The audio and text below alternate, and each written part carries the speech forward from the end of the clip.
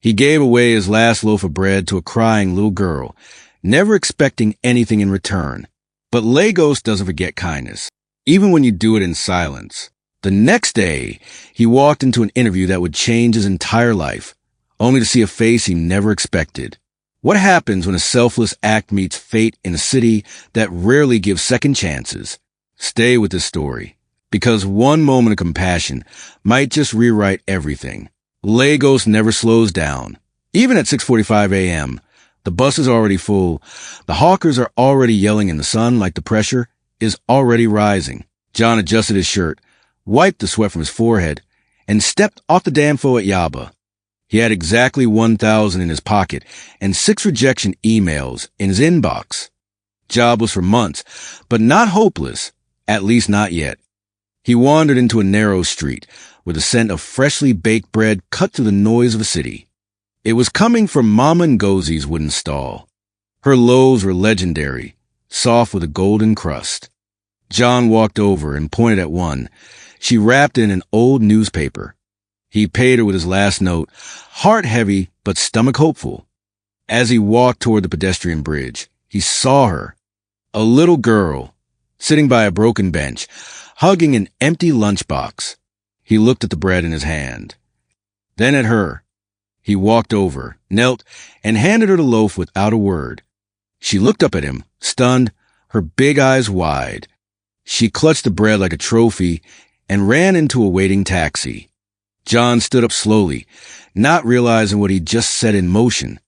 The next morning, John wore his only decent shirt, ironed with care and prayer. He had a job interview at Victoria Island, a role he wasn't fully qualified for, but needed like air. He arrived early, sat quietly in the waiting area. Then the receptionist called his name. When he entered the room, he froze.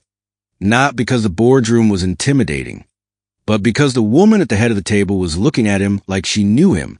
Her expression wasn't just professional. It was personal. Oluchi stared at him, heart pounding. She remembered his face, the gentle hand, holding out the bread. Her daughter had told her everything. That man with kind eyes. Now, here he was, unknowingly sitting across from the woman whose life he'd touched. She scanned his resume, expression unreadable. "Why do you want this job?" she asked. John cleared his throat.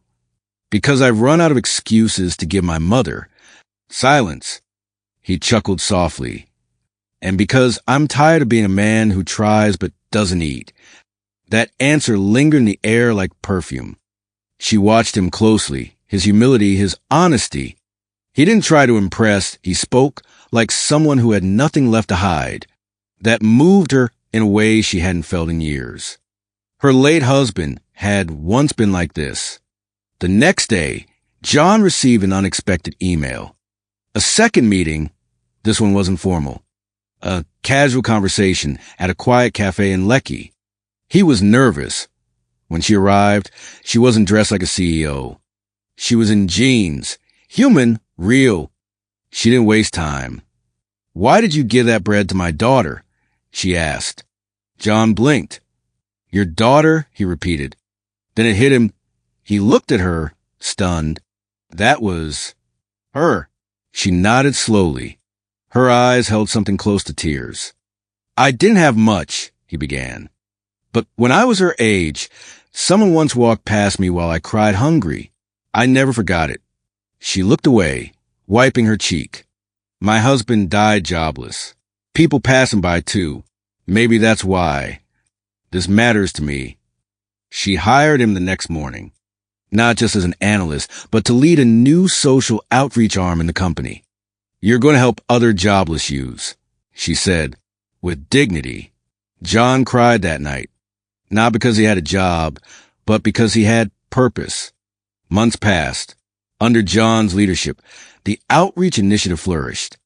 They called it Bread First, a citywide campaign to support unemployed youth with job prep, meals, and support. The slogan? Sometimes a loaf is enough to save a life. One evening, John returned to the same street where it all began. Mom and Ngozi's stall was still there, but now there was a brand new signboard above it, sponsored by Oluchi's company. It read, "The bread that started it all." He walked up to her, smiling. "One more loaf, Mama." She laughed. "You again?" He handed her the money, this time more than enough. And as she handed him the bread, John knew one thing for certain. In a city that takes so much, kindness still wins. The rebranded Mama Ngozi stall had begun drawing more customers than ever before. John would visit occasionally, never forgetting where his turn of luck had begun. But success didn't mean life was suddenly easy. Back home in Mushin, things were still tight. His mother, Mama Neka, a widow who sold used clothes at the roadside market, was proud but cautious. She'd seen Lagos raise and crush dreams overnight. "Don't let comfort make you forget the days you had nothing," she warned as she stirred a pot of ogbono on their kerosene stove. "I haven't, Mama. I won't," John replied, placing a salary envelope beside her without being asked. But not everyone celebrated John's rise. His former friend, Bolu, once his closest confidant and job-hunting partner, had become distant, envious. He too had dreams but had watched them die slowly, while John's own life had been transformed in a single moment. "Bread boy," Bolu would joke in public. "Just lucky, that's all." He didn't know how much those words stung John. Not because they weren't true in part, but because he remembered the nights they shared one cup of Gary and still laughed through it. Oluchi noticed John's growing silence during work meetings. He wasn't as talkative, not as passionate. "Is everything all right?" she asked during one check-in. John hesitated. "I thought getting the job would fix everything," he confessed. "But success is heavy, especially when you're carrying it alone." Oluchi said nothing, but her eyes softened. She too had faced isolation, even at the top. That night, she sent a memo to HR suggesting they add free therapy sessions for junior staff. Privately, she emailed John a note. "It's not about how much you carry. It's about who helps you lift it." 2 weeks later, John got a call from his younger sister. Her voice was shaky. Mama collapsed to the market. Everything blurred after that. John rushed through Lagos traffic. By the time he got to the clinic, she was asleep on the gurney, for in her hand. "She's overworked and undernourished," the nurse said. "Has she been skipping meals?" John sat down heavily. He thought of the salary he kept sharing.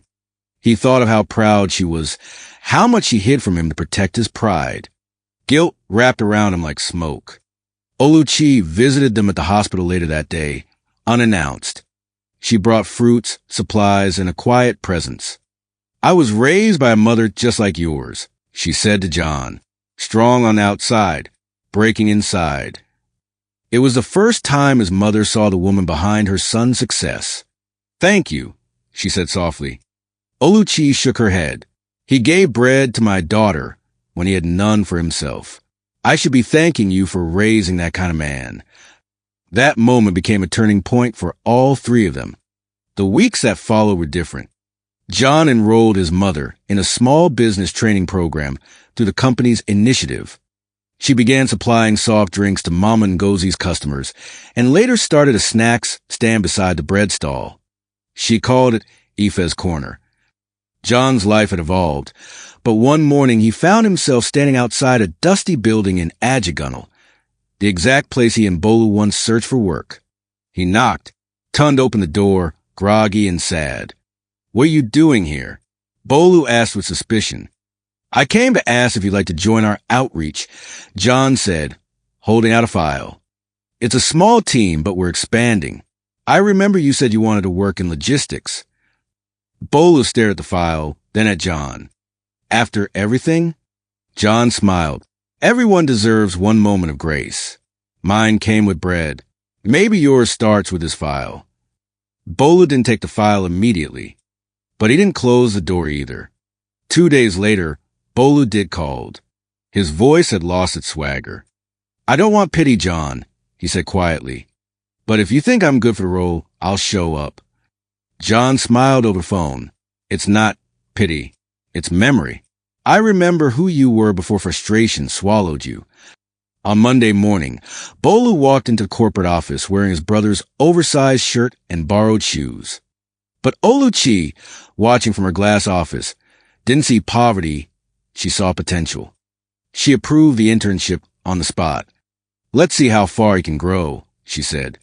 And grow he did. Bolo didn't just catch up, he thrived. Logistics became his second skin. Order, tracking, dispatch. He loved the rhythm of responsibility. John watched with quiet pride. They began walking home together again, this time sharing ideas instead of sorrows. But life in Lagos rarely gives long stretches of peace. One Friday, the Bread First Foundation got a letter. A real estate company had bought the land where Mama Ngozi's stall stood. She had 2 weeks to vacate. Development plans, they said. No compensation. No relocation. The news hit John like a slap. He couldn't believe it. After everything that happened there, he shouted in the meeting. That stall started a movement. It saved my life. Oluchi was calm but firm. "We'll fight it the right way," she said. "You can't build a future by burning bridges." The next morning, John took matters into his own hands. He posted the full story online about the jobless man, the loaf, the crying child, the twist of fate. He included a picture of the stall, the eviction notice, and the caption, "Should a place that sparked so much could be erased?" It went viral in less than 12 hours. By Sunday, the post had been shared over 30,000 times. Comments flooded in from Nigerians abroad, local NGOs, and news outlets. Save Mama Ngozi stall started trending. TV stations wanted interviews. Even government officials began tagging themselves under the post to show concern. Oluchi called John into her office. "I hope you're ready for attention," she said. "You just poked a very large bear." "I didn't do it for attention," John said. "I did it because people like Mama Ngozi matter, even if they don't wear suits or own companies."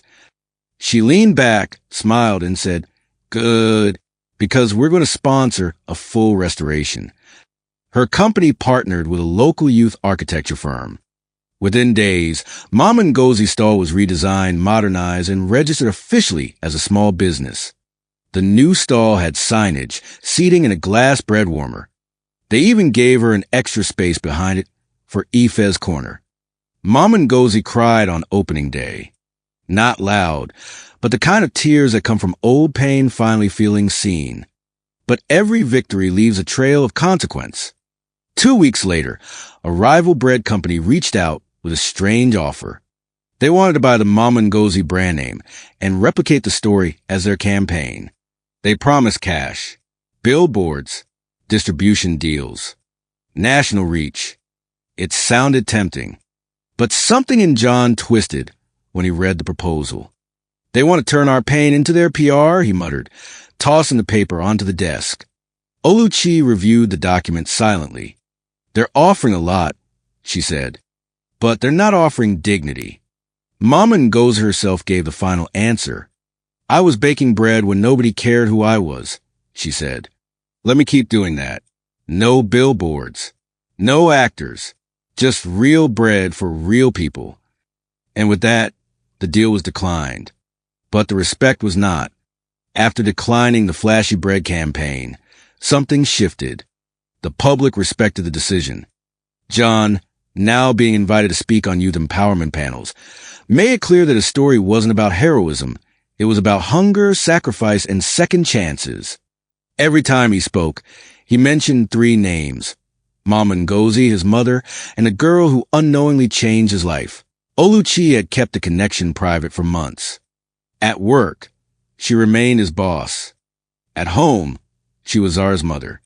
But every now and then, she'd catch John watching Zara with silent curiosity, wondering why the girl always smiled so warmly at him.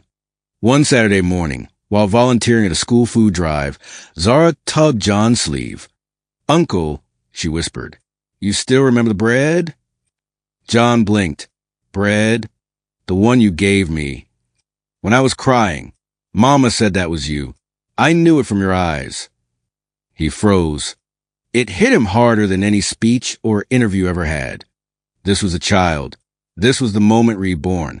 He crouched down, tears catching in his throat. "I remember you now," he whispered. I never forgot, she smiled. It was warm, and it smelled like hope. Behind them, Oluchi stood quietly watching. Later that day, she invited John to her home, not for a meeting, but for dinner. Her way of closing a circle that had been open for too long. Her home was simple, despite her wealth. Family photos on the wall, the soft scent of jollof in the air. John sat cautiously on sofa, still unsure what to say. Oluchi poured 2 glasses of wine and finally spoke. There's something I never told you, she began. My husband, he died waiting for a job interview. The same week I got promoted. He never told me how depressed he was. John didn't interrupt. He listened. I blamed myself for years. I thought I didn't see him clearly enough. I built walls. I built companies. I protected Zara from everything. Until one day, she came home smiling about a man who gave her bread while crying himself. She took a deep breath. That man was you. And you gave her something my husband never had, a stranger's kindness, in a city that's forgotten how to care. Tears fell down John's cheek. I never gave you this job because you helped my daughter, she continued. I gave it to you because your hunger had dignity. And I knew, if I didn't lift you, I'd be repeating my mistake. John stood up and walked a window. The city lights of Lekki flickered like restless stars. Then he turned back. You didn't make a mistake, he said. You saved me, and now I get to spend every day saving others. Sometimes, the smallest acts echo the loudest in the hearts of those we least expect. But if John hadn't stopped that day, if he had chosen himself over a stranger, would his life have turned out the same?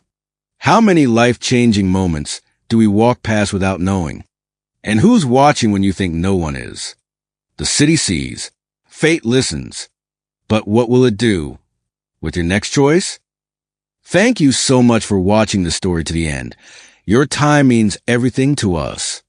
If it moved you, made you think, or reminded you of something deeper, you're exactly the kind of person we create these stories for. We've got more real, powerful stories coming your way, stories that speak to the heart, and sometimes challenge it too. So if you haven't already, hit that subscribe button and stay close. Because the next story might just be the one that finds you.